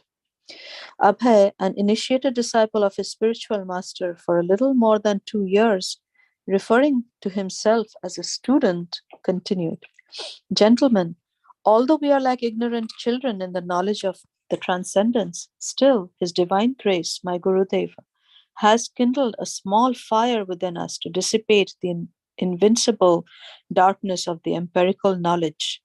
And we are so much so on the safe side that no amount of philosophical argument of the empirical schools of thought can deviate us an inch from the position of our eternal dependence on the lotus feet of His divine grace. And we are prepared to challenge the most erudite scholars of the Mayavada school on this vital issue. That the personality of Godhead and His transcendental sports in Goloka alone constitute the sublime information of the Vedas." He then ended his speech with an eloquent prayer of submission. "Personally, I have no hope to have any direct service for the coming crores of births of the sojourn of my life, but I'm confident that some day or other I shall be delivered from this mire of delusion, in which I am at present so deeply sunk. Therefore, let me with all my earnestness pray at the lotus feet of my divine grace to let me suffer the lot which I am destined to do for all my past misdoings, but to let me have this power of recollection that I am nothing but a tiny servant of the Almighty Absolute Godhead, realized through the unflinching mercy of my divine Master. Let me therefore bow down at His lotus feet with all humility at my command." He submitted both the poem and the speech to the harmonist. The poem, Abhay's first publication, announced him as a competent writer in English, and Swami Bhakti Pradipa Tirtha, the editor of the harmonist, informally dubbed Abhay as Kavi, learned poet. Some of Abhay's godbrothers also picked up on the name and began calling him Kavi. Most of them, even the sannyasis, were not so proficient in English. But Abhay was not ordinary. They could appreciate that the poem was personal, written out of Abhay's genuine worship and his joy at having accepted a genuine spiritual master. But it was also written strictly in accord with the conclusion of the scriptures. For Abhay, however, the glory of his Sri Vyas Puja homage came when the poem reached Srila Bhaktisiddhanta Saraswati, and it gave him pleasure. Sorry. One stanza specifically made Srila Bhaktisiddhanta so happy that he made a point of showing it to all his guests. "Absolute is sentient, thou hast proved. impersonal calamity, thou hast moved. Somehow, in this simple couplet, Abhay has captured the essence of his spiritual master's preaching against the Mayavadis. And Srila Bhaktisiddhanta took it as an indication of how well Abhay knew the mind of his Gurudev. Abhay was delighted when he heard that the couplet was pleasing to his spiritual master. One of Abhay's godbrothers compared this verse by Abhay to a verse in which Rupa Goswami had expressed the inner thinking of Chaitanya Mahaprabhu and had thus moved him to ecstasy. Srila Bhaktisiddhanta Saraswati also found the essay pleasing, and he showed it to some of his confidential devotees. He instructed the editor of the Harmonist, whenever he writes, publish it. Abhay thought it only natural that he should have many business enemies or competitors. It was a sign of success. But his Bombay competition caused him to lose another good chance to become wealthy. The enemy was the son of Abhay's supervisor at Smith Institute. Both son and father complained to the Smith Institute executives that Abhay Charande was pushing goods from his own laboratory and not Smith's.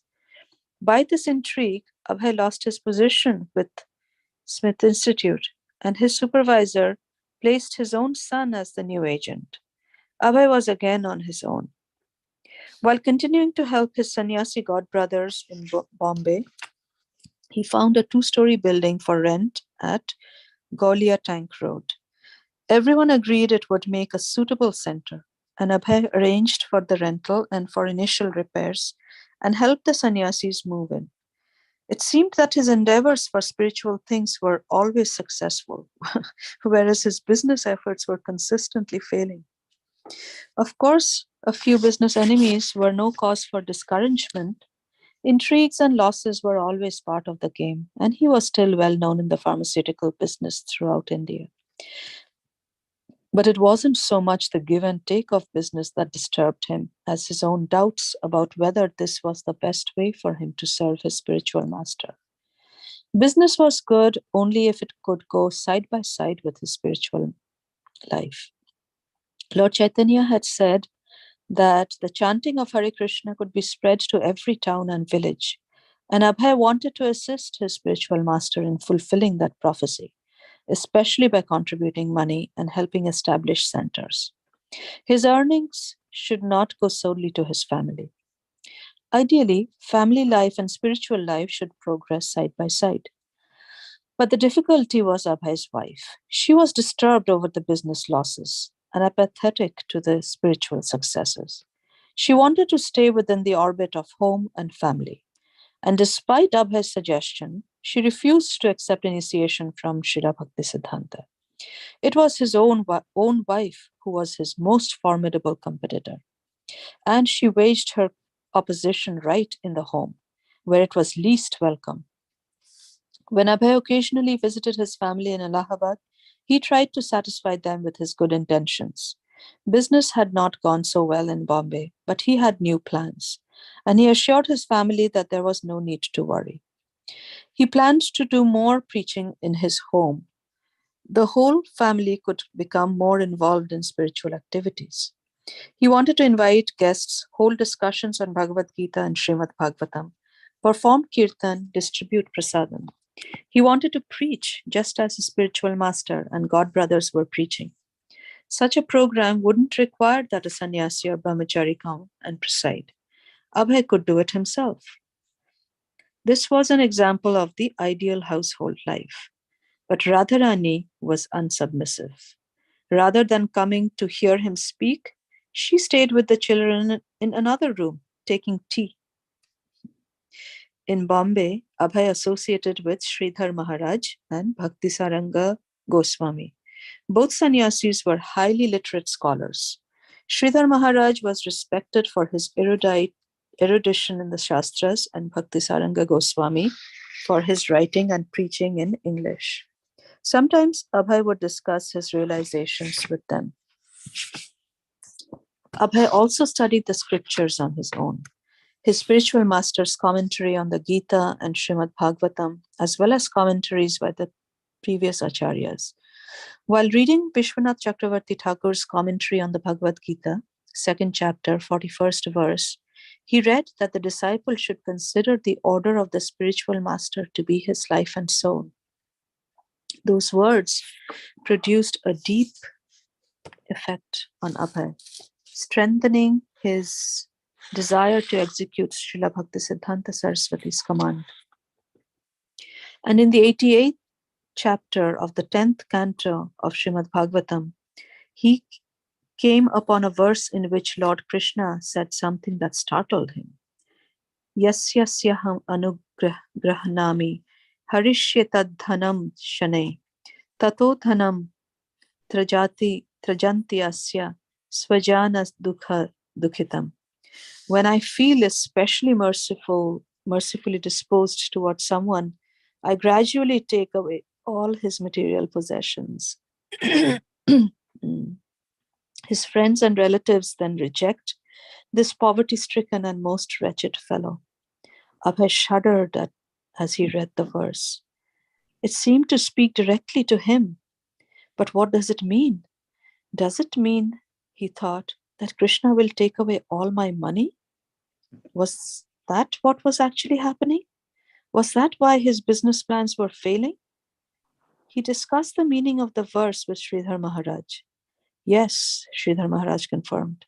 This might very well be what is happening between Lord Krishna and Abhay.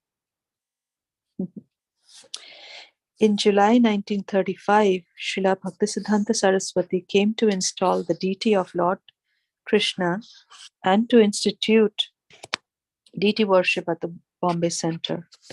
He was pleased with what his disciples had done so far. And Bhakti Saranga Maharaj admitted that much of the work was due to Abhay Babu, who had collected funds and established the new center. Why is Abhay living separately? Bhakti Saranga asked. He should be president of this Bombay Center. Bhakti Siddhanta Saraswati replied, it is better that he is living outside your company. He will do when the time comes. He will do everything himself. You don't have to recommend him. Wow, direct. Abhay had not been present when this was spoken, but his godbrothers told him what Bhakti Siddhanta had said. These words of his spiritual master, with their mysteriously prophetic air, were important to Abhay. He treasured the words within himself and meditated upon their meaning. In November 1935, he was again with his spiritual master in Vrindavan. It was the Kartik season, the ideal time to visit Vrindavan, and Srila Bhaktisiddhanta was staying for a month with his disciples at peaceful Radhakunda, with the sacred lake where Radha and Krishna used to sport. After leaving Bombay in July, Bhaktisiddhanta Saraswati had gone to Calcutta, where he had spoken on radio, delivered many public lectures, welcomed back the preachers he had sent to Europe, and finished publishing his Srimad Bhagavatam translation and commentary. Then in October, he had come to Radhakunda. Occupying the small one-story house Bhaktivinoda Thakur had constructed, he had been reading and speaking to the assembled devotees on the Upanishads, Chaitanya Charitamrita, and Srimad Bhagavatam. He had also installed deities at Sri Kunja Vihari Mutt. The banks of Radhakund were overhung with bright green foliage growing from the gnarled branches of ancient tamarind, tamal, and neem trees. In the shallows of the water, cranes stood on stilt-like legs, while river terns skimmed across the lake, sometimes abruptly diving for fish. Sometimes the tortoise would poke its nose up from the water's depth, or a fish would jump. Green parrots, usually in pairs, flew in and out of the green trees, and sparrows chirped and hopped from place to place. Peacocks were also there, mostly in nearby gardens, as were occasional rabbits and even deer. The atmosphere was enriched with the history of Krishna Lila. 5,000 years ago, Radha and Krishna had engaged in transcendental pastimes here, And only 500 years ago, Lord Chaitanya had rediscovered Radhakund. Lord Chaitanya's great follower, Raghunath Das Goswami, had resided here for many years, constantly chanting Hare Krishna and discussing the activities of Lord Chaitanya Mahaprabhu. And here in a small bhajan kutir, Krishnadas Kaviraj had written Chaitanya Charitamrita, the narrative of the pastimes of Lord Chaitanya, that Bhaktisiddhanta Saraswati relished so much. Many of the inhabitants at Radhakund were Babajis, living in small bhajan kutirs and spending their time chanting Hare Krishna.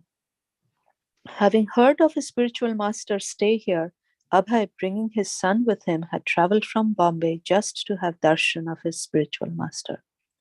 To see Srila Bhaktisiddhanta was always an occasion for jubilation, but to see him in Vrindavan was an added perfection. This meeting with his beloved guide and friend was different from the time in 1932 when Abhay had seen him on the Vrindavan Parikrama. Now, Abhay was no longer sitting anonymously in the back of a room. Now he was a bona fide disciple, recognized as the Kavi who had written the praiseworthy poem and essay.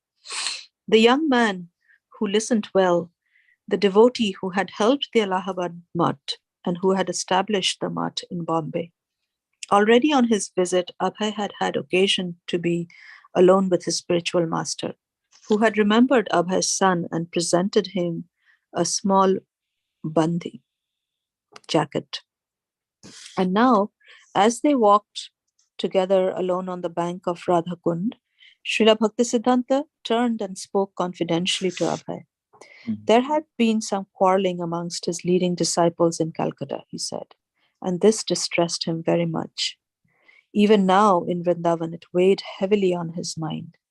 Some of his disciples had been fighting over who would use various rooms and facilities at the Gaudiya Mutt headquarters in Calcutta.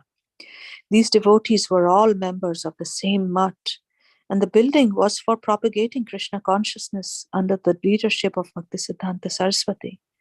Yet, even in their spiritual master's presence, they were quarreling. Brahmanas and Vaishnavas were supposed to be free from envy of any creature. What to speak of envy of each other? If they were to fight now, what would they do after their spiritual master passed away? Oh God. Abhay had no part in these matters and did not even know the details of who was involved. But as he listened to his spiritual master, he also became distressed. Deeply concerned, Srila Bhaktisiddhanta said to Abhay, Agun jalbe. There will be fire. One day there would be fire in the Calcutta Gaudiya Mutt. And that fire of party interests would spread and destroy. Abhay heard but did not know what to make of it. Srila Bhaktisiddhanta had fought so long and boldly to establish that anyone of any birth could be elevated to become a Brahmana, a sannyasi, or a Vaishnava. But if his followers became contaminated by a little wealth and the desire for prestige, thereby showing themselves to be still low-class men despite their training and purification, then this mission would be disrupted. If, in the name of religion, they became attached to ease, position, and prestige, it would only mean that they had failed to grasp the teachings of their spiritual master. Srila Prabhupada, he was lamenting that these men are simply after the stones and bricks of the building. He condemned. He was very, very sorry. When we were living in a rented house, Srila Bhaktisiddhanta said, if we could collect 200 or 300 rupees, we were living very nicely at Ultadanga. We were happier there. But since we have been given this marble palace at Bagh Bazar, there is friction between our men. Who will occupy this room? Who will occupy that room? Who will be the proprietor of this room? Everyone is planning in different ways. It would be better to take the marble from the walls and secure money. If I could do this and print books, that would be better. Abhay felt his spiritual master speaking to him in urgency, as if asking him for help or warning him to avert a disaster. But what could he do? Srila Bhaktisiddhanta then said directly to Abhay, Amar ichha chilo kichu boi Koran. Koran. I had a desire to print some books. If you ever get money, print books. Standing by Radhakund and beholding his spiritual master, Abhay felt the words deeply enter his own life. If you ever get money, print books. December 1936. Srila Bhaktisiddhanta was in poor health at Jagannath Puri. Abhay was in Bombay and he wanted to write his Guru Maharaj a letter. He is a little kind upon me, Abhay thought. He will understand my request. And he began to write. My dear Guru Maharaj, please accept my humble obeisances at your lotus feet. You have got many disciples and I am one of them. But they are doing direct service to you. Some of them are brahmacharis, some of them are sannyasis. But I am a householder. I cannot. Sometimes I give monetary help while I cannot give you direct service. Is there any particular service I can do? 2 weeks later, Abhay received a reply.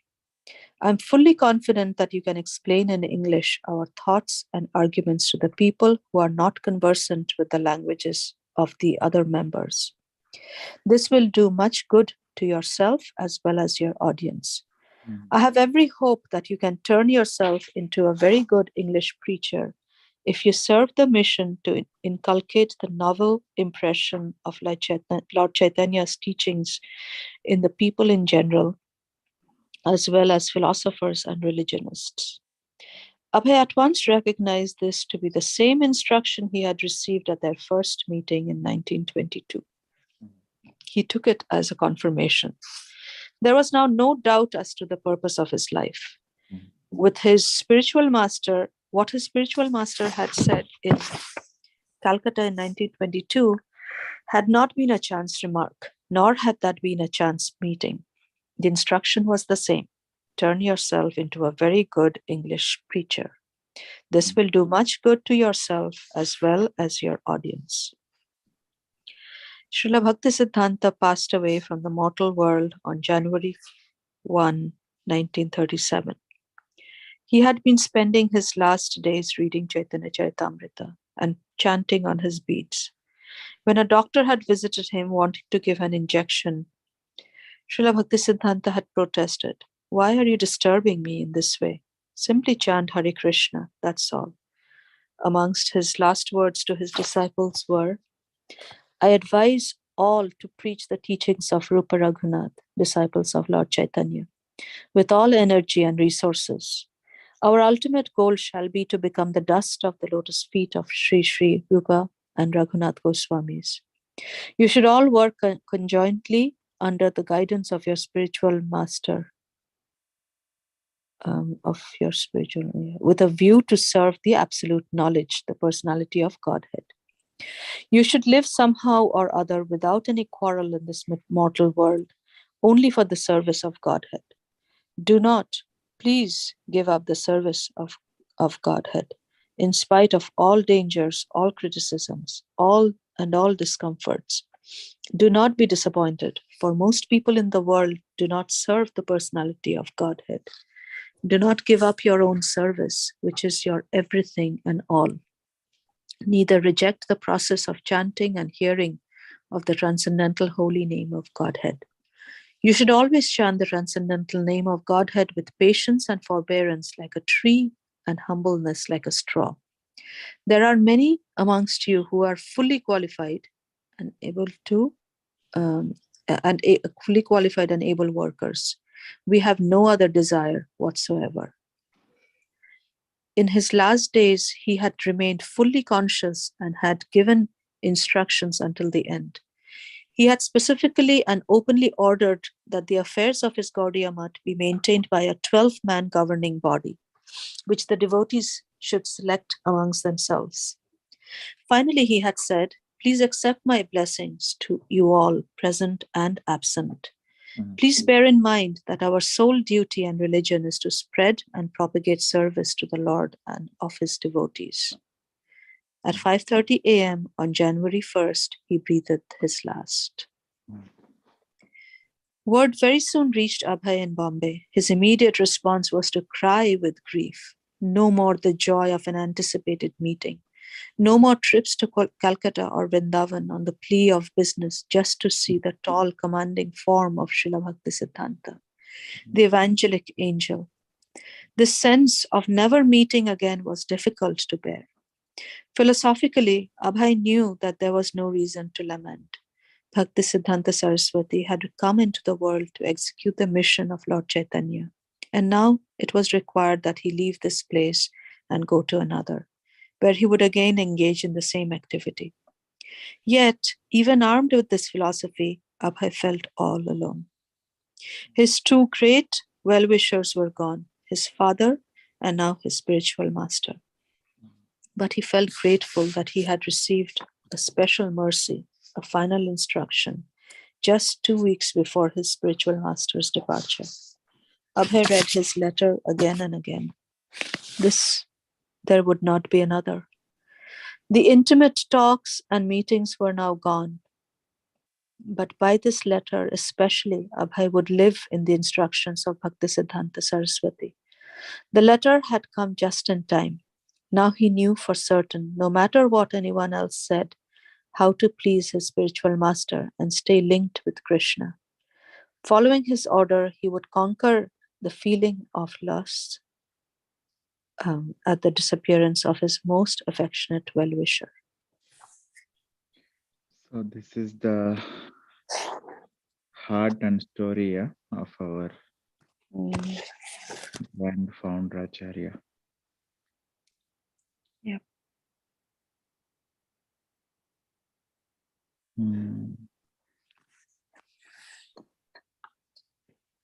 Yeah. That's it. I think we will continue tomorrow, chapter 5, the war. Yeah.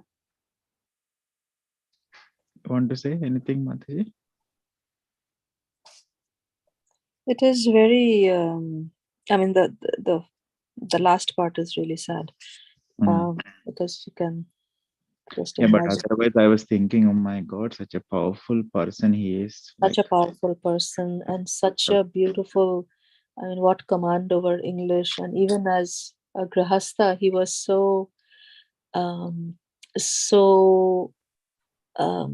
such a devotee. Unfathomable. Yeah. And with such depth, Lot of depth. Yeah. And of course, that realization that Krishna slowly takes away all your material. Just right speaking to him. Yeah. Yeah, it's making a lot difference reading again now. I think we should read again and again. Yeah, thank you for starting this, Prabhu. All those. That prayer keeps coming. That verse keeps coming in the future places also. That Yasyaham tadan grahanami grahami. Rishyatadhanam shane. Yeah. Yes, Vadhana dukha dukkita. I mean, until the previous chapter, it was I was appreciating like how the life of a devotion would be for the returning transcendentalist, because Prabhupada always quoted himself and his spiritual master as one who practiced transcendental life for a long time and coming back to this world. And now, like this whole chapter, like, seeing all the accomplishments is like quite shocking. What a personality, what intense personality he is, and powerful personality he is. And it is really like giving an example for us, and the how to connect ourselves in any area of our spiritual life. Like in the beginning itself, how he was just simply hearing, and just through that he got very dear to his spiritual master. And he took the instructions so seriously. Yeah. Yeah. Let's see if other devotees want to share any of your best feelings and experiences, Mataji's. Yes, Prabhu. I really liked whenever I hear Maharaj, Prabhupada lectures, I used to think like how bold he is. Now I just feel like it is coming from his spiritual master. Mhm. So the way he is, the Bhaktisiddhanta Saraswati, it was very amazing to listen or know the connection between those two great personalities. It was very awesome, Prabhu. Very inspiring. Yeah. Yeah. Thank you. Yeah, it touched me the final letter, Prabhuji, like a final letter, like Bhakti Siddhanta told, like preach and please and service to Godhead, like super. It was like I wanted to read more and more that the entire paragraph, his message to us, to all of us. Yeah, the summary The summary. of teachings. Okay. Okay, that's it then. Thank you all for joining. It was really nice having all of your presence. It was different reading together. Hopefully, it will work more. We'll see you at 5 o'clock tomorrow, starting chapter 5, the war. Hare Thank Krishna. you, Prabhu. Thank you. Hare Krishna. Thank you, Prabhu. Hare. Prabhu, you're starting at 5 or 6? Yeah, that's what I was confused too. I thought 6. 5 to 7, That- Mataji. 5 to 7 every day. Okay. I thought only the first day. Yeah. At least till the 10th, we'll see. I think it's taking a chapter for 2 hours. I got an idea today. We'll see how Okay. much effort it takes. And the part that struck me really was how, sorry, just one thing. But Yeah. it really struck me was that, Srila Prabhupada, he said he never asked his spiritual master anything except, how can I serve you? Let's And other than that, he just listened to him. He never, I don't know. Yeah, he never ever asked any questions but he sat there and just soaked in everything that spiritual master was saying and doing. And that's an He was amazing. a householder and business person, and he was a busy person. Yeah, busy person. Yeah. Oh, yeah. I don't know. So how to practice for all of us, really, like what are the important things we need to do. Yeah, what is should be priority. Yeah. I was really remembering how Vyasadeva asked Narada Muni, what did you do? What did you do? After, the sages had instructed you and left. It Yeah. was like that to me, this chapter. what Prabhupada doing? Yeah. Things. Just amazing. Okay. Thank you so much, everybody, for reading and keeping me honest. Yeah. Thank you, Prabhu. Yeah. Hare Hare Krishna. Hare Krishna. Hare Krishna, everybody. Hare Krishna, Prabhu. Thank you, Prabhu. Thank you, Prabhu. Hare Krishna.